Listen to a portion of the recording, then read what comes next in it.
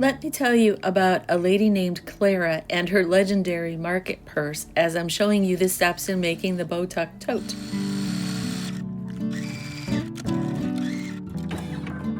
This is not a tutorial, but it may help you with making the pattern, which can be purchased at www.quiltillustrated.com. They even have a PDF version now. The link is in the description box. After cutting the fabric, the sewing begins. I decided to do my monogram instead of quilting the pocket. It turned out great. I don't know what it is about watching an embroidery machine. It just seems to be so mesmerizing.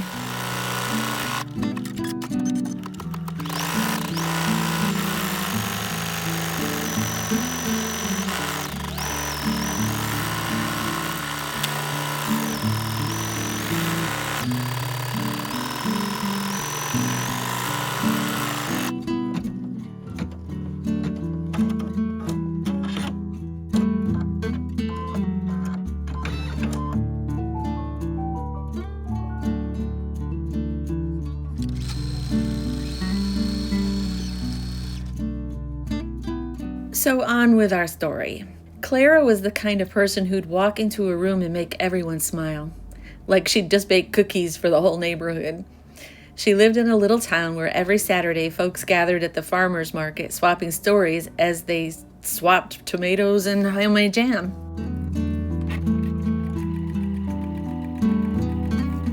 I decided to do any top stitching that needed to be done in the same gold thread that I used for the monogram. I like it. Because of the monogram on the pocket, I decided to not do a contrasting fabric on the bottom of the purse.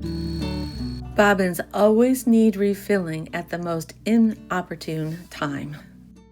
Clara's purse wasn't just any purse. It was this quirky patchwork thing she'd made for herself. Rumor had it from scraps of fabric she'd been collecting from every market she'd ever been to. It was lumpy, colorful, and always seemed to hold exactly what someone needed. Someone forgot their wallet? Clara'd pull out a few bucks for their coffee. Kids scraped their knee? Boom, a Band-Aid with cartoon carrots on it. Once a flustered vendor ran out of change, and Clara reached into her purse and handed over a fistful of quarters like it was a vending machine.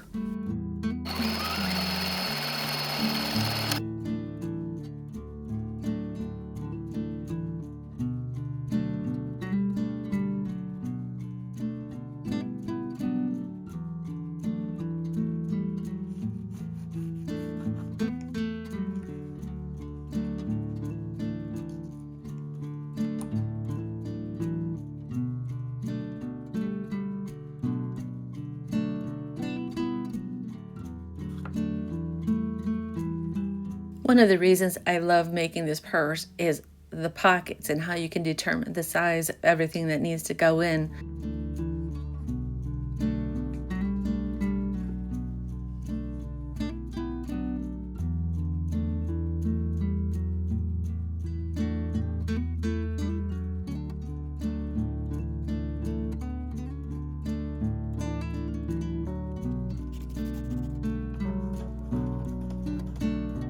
Make sure to go back and forth over the start of the pocket at the top and also at the bottom so that it stays nice and strong. These are going to be used a lot.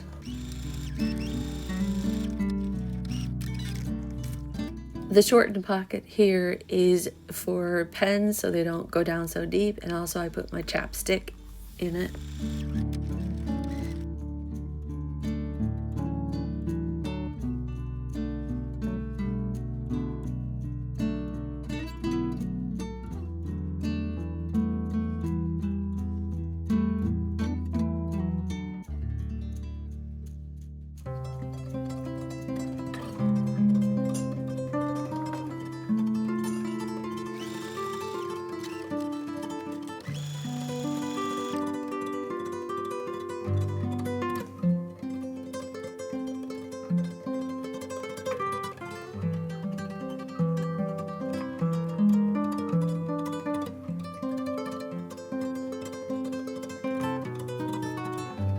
I decided to make the handles longer on this purse so that perhaps I could use it as a crossbody.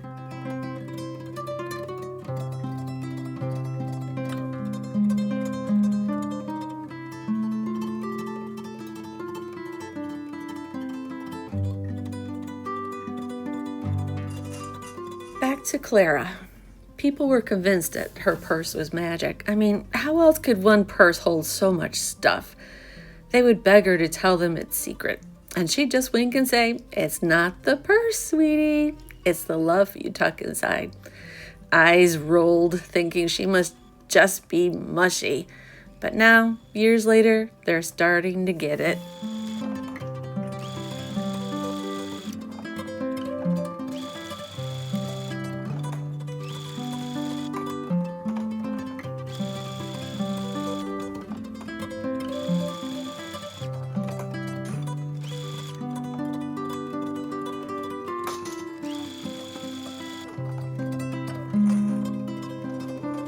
As I'm making my purse, I feel like Clara is right here with me, guiding my hands. I chose fabrics that sparked my joy, and every stitch feels like a little nod to Clara and her giving heart.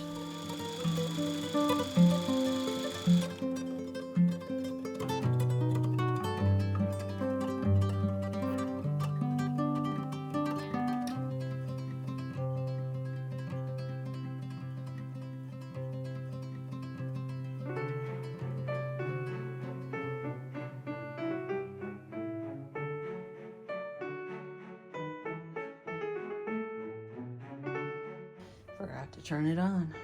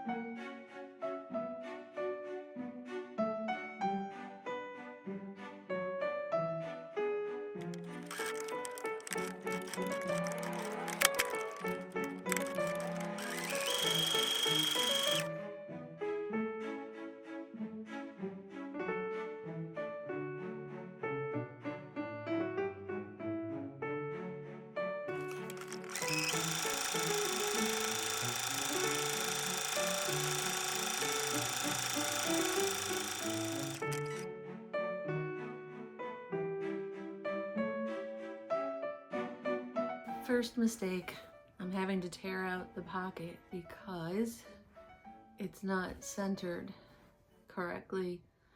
When I went to put the button loops on, the button loop was centered in a different place than the pocket. So, seam ripper time.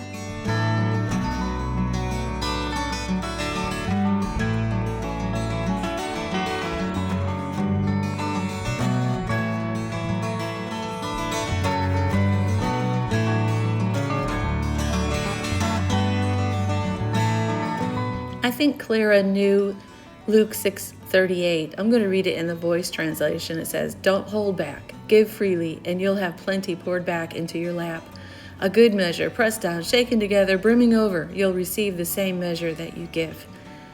With the way her purse kept giving and giving and giving to those in need, I think she had to have known this verse.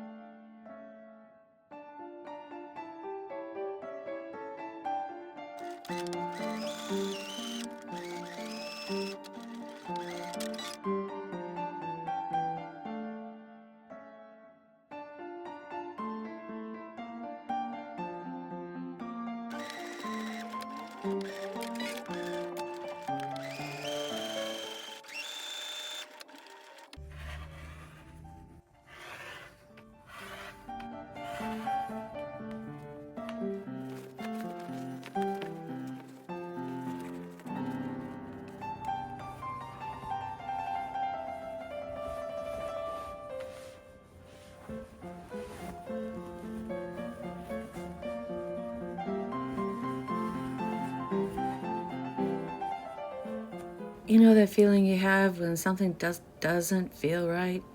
That's what I was having right now. Something just isn't right.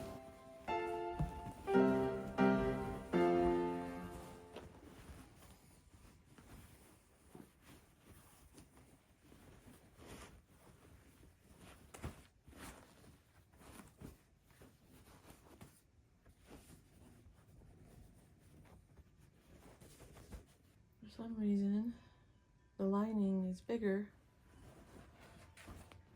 than the outside of the bag, and I don't know why. I cut them the same. Looks like about a ½ inch. So what do I do now? Hope I'm not making a mistake. This is my 4th purse, and I have not had to do this yet, so obviously I screwed something up. The lining is a ½ inch too big. There it goes. Let's try this again. The corners fit perfectly. I'm supposed to match up the seams, so let's see if they match up. That's the wrong way. Wonder if I should use my clips instead and pins. Yeah, maybe not. Okay, another note to self. Handles go inside, in between the lining and the outside of the bag.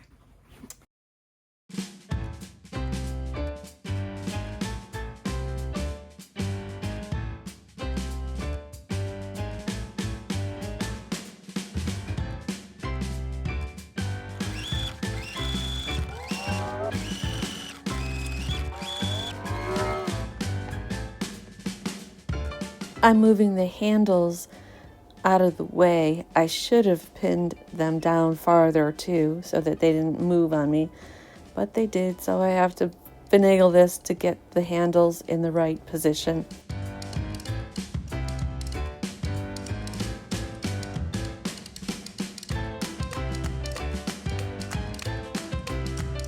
As I worked, I thought about what would Clara stuff in this purse today.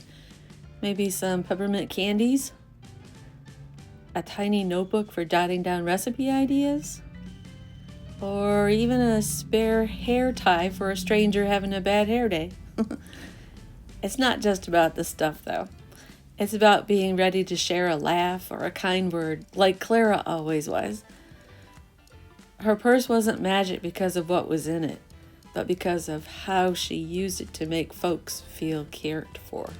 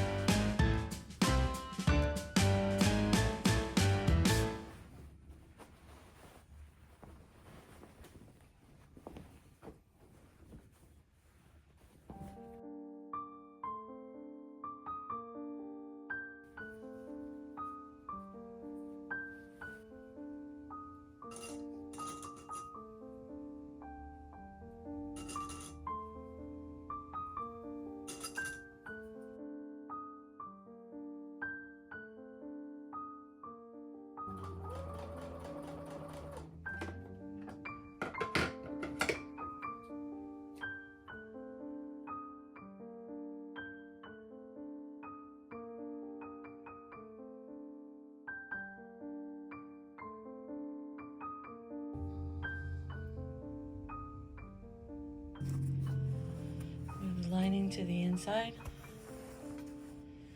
iron,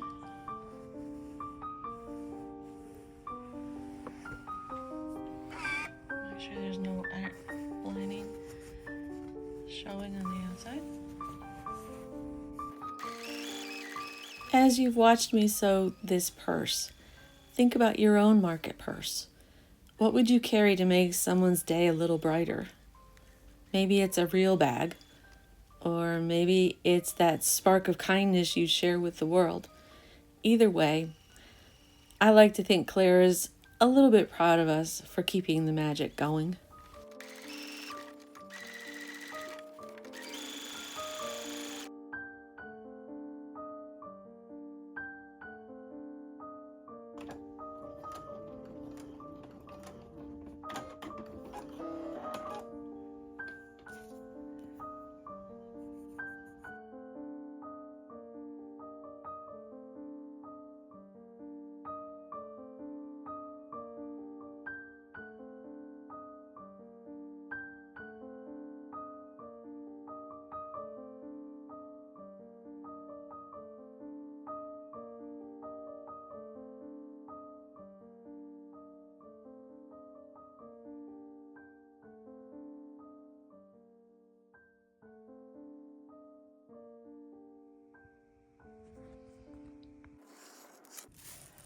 Making the bottom now. I used sticky adhesive spray. I'm using gloves and it's hard to see what I'm doing, but it'll work. Ah. There we go. I don't have any fabric glue, so I'm just using this Scotch glue stick, re-stickable adhesive, just to see if it'll work. And so far, that one side works, so let's see. It just has to stay long enough for me to get it in the bottom of the purse, I think. Doesn't really matter. It's not, no one's gonna see it. Let's see. That's good.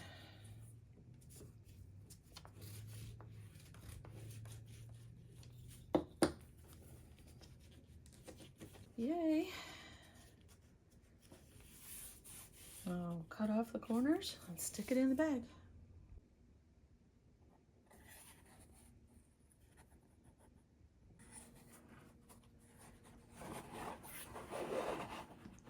Perfect fit.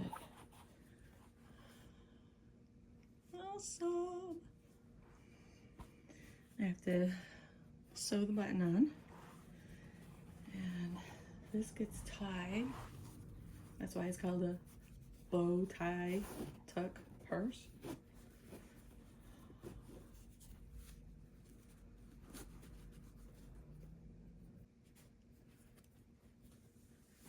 Buttons next.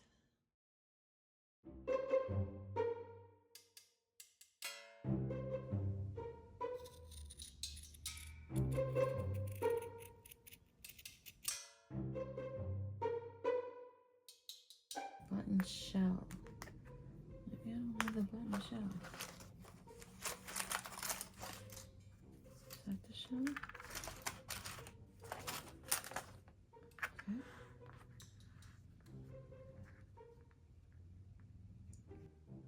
Let's try it again. Got this one instead.